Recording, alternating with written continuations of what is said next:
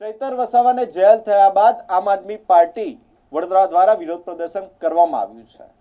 ભારે સૂત્રોચ્ચાર સાથે આ વિરોધ પ્રદર્શન યોજાયું। ગુજરાતમાં નર્મદા જિલ્લાની ડેડિયાપાડા વિધાનસભા બેઠકના આમ આદમી પાર્ટીના ધારાસભ્ય ચૈતર વસાવાને તાજેતરમાં જૂન 2026માં વન વિભાગના કર્મચારીઓ સાથે મારામારી અને ધમકીના એક કેસમાં કોર્ટે તેમને દોષિત ઠેરવીને 7 વર્ષની જેલની સજા ફટકારી છે, જેના કારણે તેમનું ધારાસભ્ય પદ પણ કાયદાકીય સંકટમાં આવી ગયું છે અને વડોદરા સેન્ટ્રલ જેલ ખાતે પણ તેમને લાવવામાં આવ્યા હતા અને હાલ તેઓ જેલમાં છે।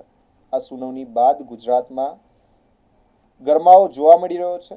ચૈતર વસાવાને જેલ થયા બાદ આજે વડોદરા આમ આદમી પાર્ટી દ્વારા ભગતસિંહના પુતળા પાસે વિરોધ પ્રદર્શન કરવામાં આવ્યું હતું। આ વિરોધ પ્રદર્શનમાં સૂત્રોચ્ચાર કરી ભાજપ ઉપર પણ પ્રશ્નો ઊભા કરાયા છે। એ કહેવા માંગુ છું કે અંધા કાનૂને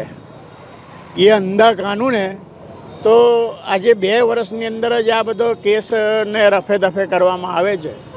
એવા ગુંડા તત્વો અને જે ધારો કે બીજેપીના બી જે બધા મોટા મોટા જે ધારાસભ્યો અને સાંસદ સભ્યો જે ગુંડાઓ છે એ ગુંડાઓને કેમ બક્ષવામાં આવે છે ને આમ આદમી પાર્ટીના એમએલએને જે ચૈતર વસાવાભાઈને એમને જ કેમ આજે સજા કરવામાં આવે છે।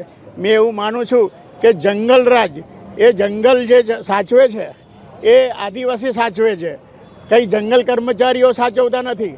મારા ખટંબાની ગામની જમીન 35 વીઘા જમીન જંગલે લઈ લીધી છે અને ખોટા ખર્ચા કરી અને કરોડો રૂપિયાનું એ કરે છે।